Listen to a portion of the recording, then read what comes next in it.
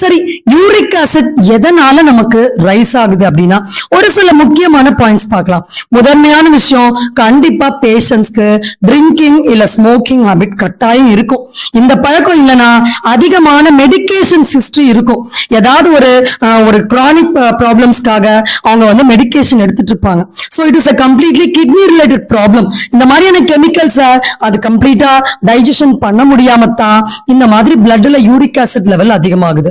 Okay, next cos பாத்தீங்கன்னா ஃபுட்ல ஏற்படக்கூடிய ஒரு இன்டைஜஷன், அந்த ஃபுட்ல நம்ம எடுக்கக்கூடிய ஒரு கொலஸ்ட்ரால் லெவல் நம்ம பிளட்ல ரைஸ் ஆகும் போது அதுவும் இந்த மாதிரி யூரிக் ஆசிட் இன்க்ரீஸ் பண்றதுக்கு, உப்புக்கள் நம்ம உடம்புல அதிகமா தங்குவதற்கும் ஒரு முக்கியமான காரணமாயிடுது. சரி, ரீசன்ஸ் எதுவா இருந்தா என்ன மாதிரியான ஒரு மெத்தட்ஸ்ல இதை கியூர் பண்றது நல்லது அப்படின்னா கண்டிப்பா ஒரு நேச்சுரல் ரெமெடிஸ், நேச்சுரோபதி மூலமாவும்